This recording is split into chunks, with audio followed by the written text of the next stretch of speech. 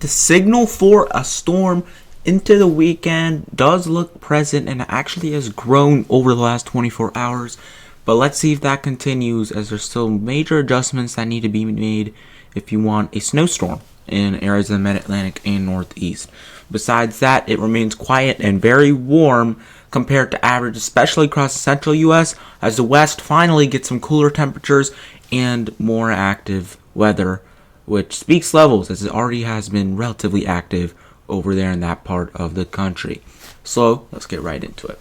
So let's start out with satellite imagery, and you can see the nightfall starting to come east as we have night about to fall upon the east and eventually into the west.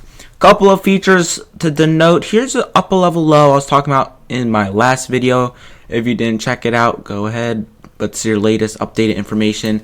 Last videos are kind of right here offshore. This has since come north and is onshore now, or at least spread. It's kind of going parallel to the coast.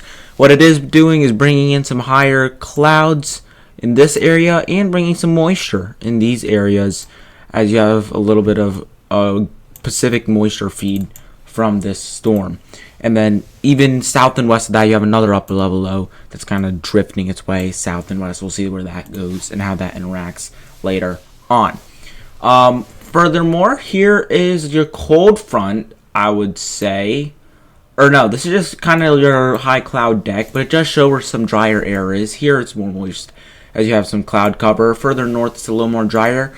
Your cold front has come through, or is coming through, mainly around right here. Could inch further south and west before retreating back through the weekend, which will set up our late week storm. So we'll talk about that.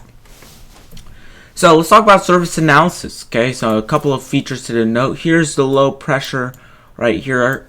Pretty sure this is the little clipper that we had earlier, but this is this is the clipper that we had. It's become a stronger storm, 983 or 993, and it's actually bringing snows to portions of Nova Scotia. Okay, some steadier snow there. Here's your broad cold front. So this is a cold front actually, but it's mainly dry versus moist air. Like temperatures aren't much colder behind this cold front. Like over here, I'm in the Philly area. We're still kind of right around 40 degrees right now. So it's kind of warm, honestly, still, even with this cold front. Nothing like the past cold fronts. But here you have a high pressure. This is kind of your mountain high in control, causing that warmer air. Here's your low right here. Be kind of paralleling the coast.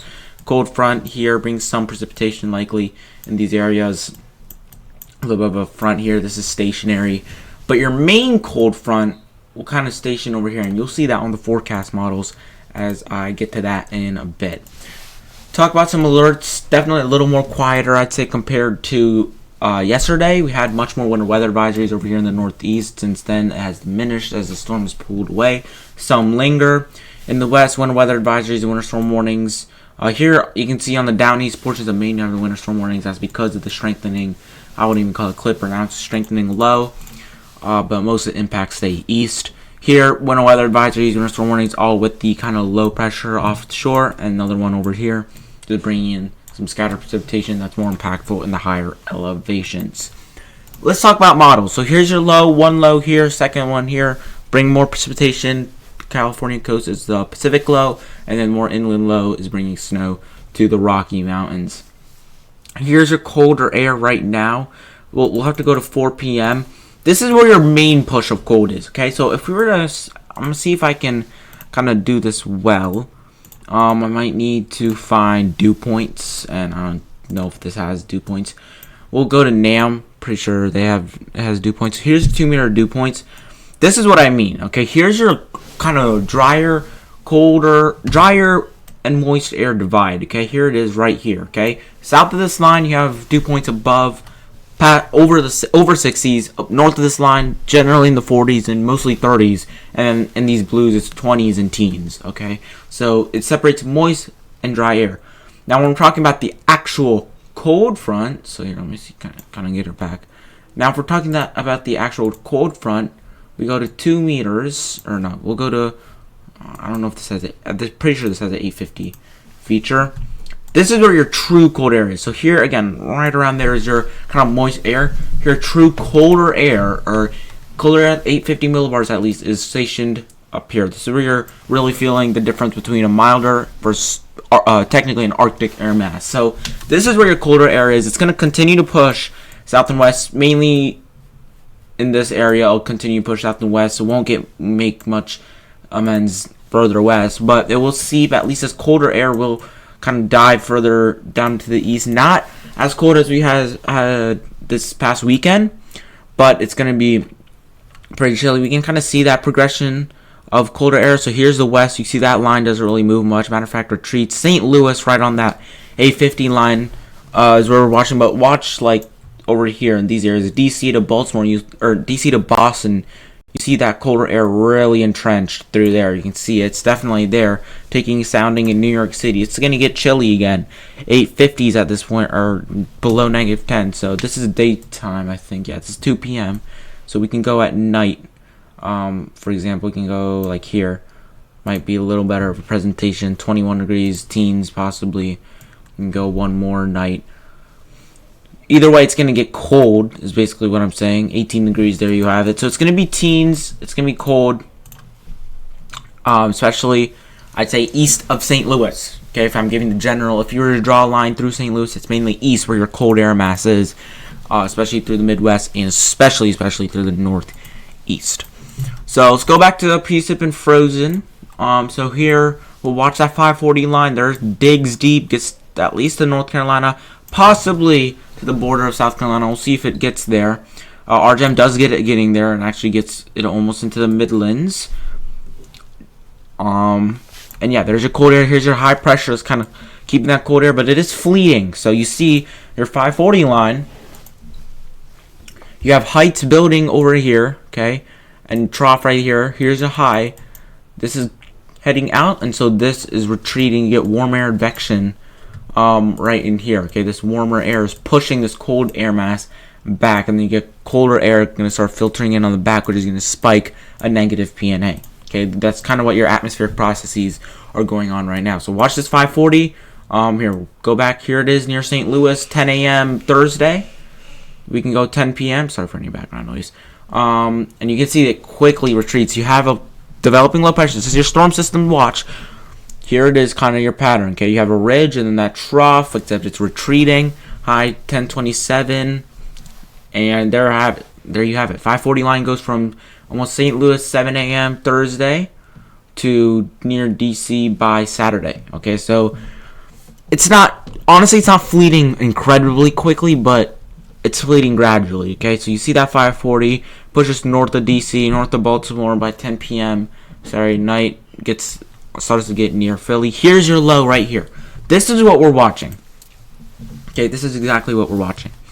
First of all, how entrenched is this cold air? Does it maybe stay further down here? If so, if this were to come north, you get more wintry weather in these areas.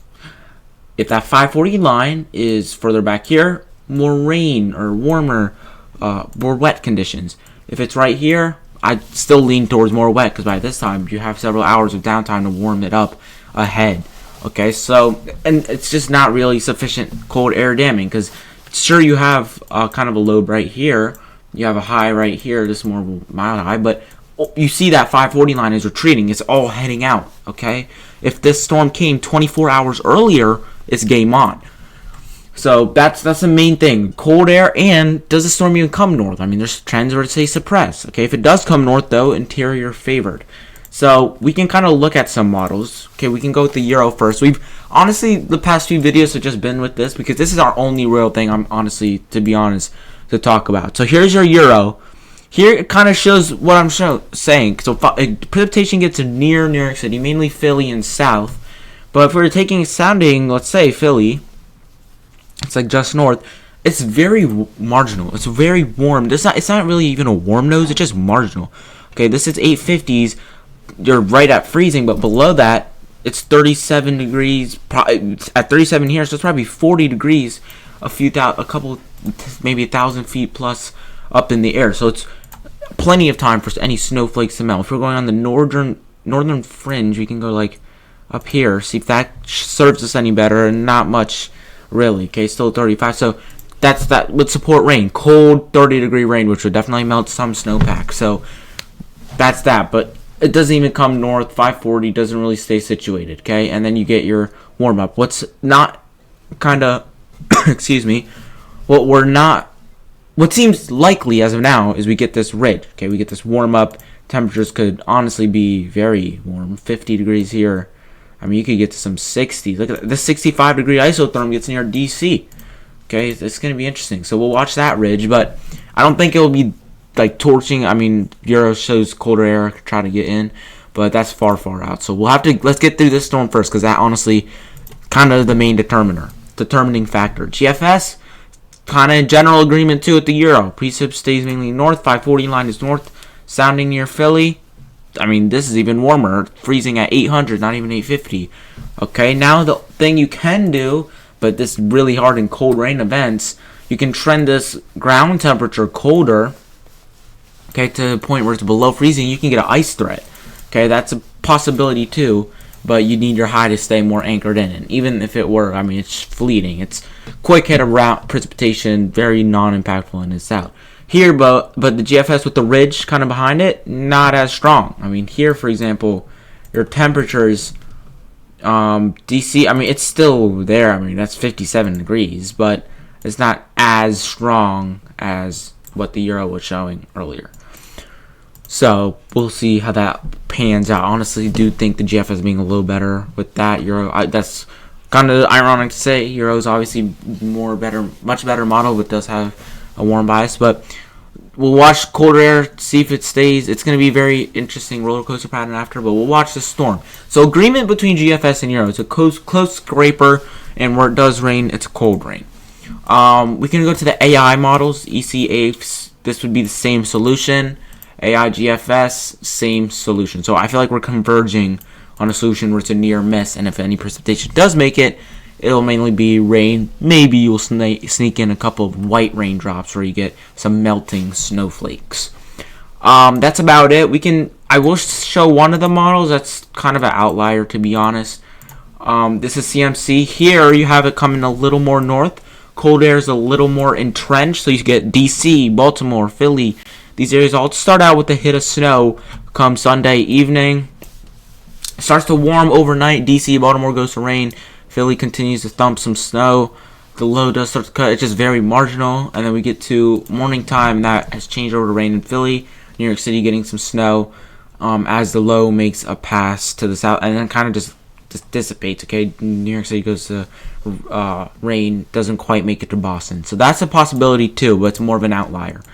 Icon, kind of similar to the GFS Euro, same thing, close scraper.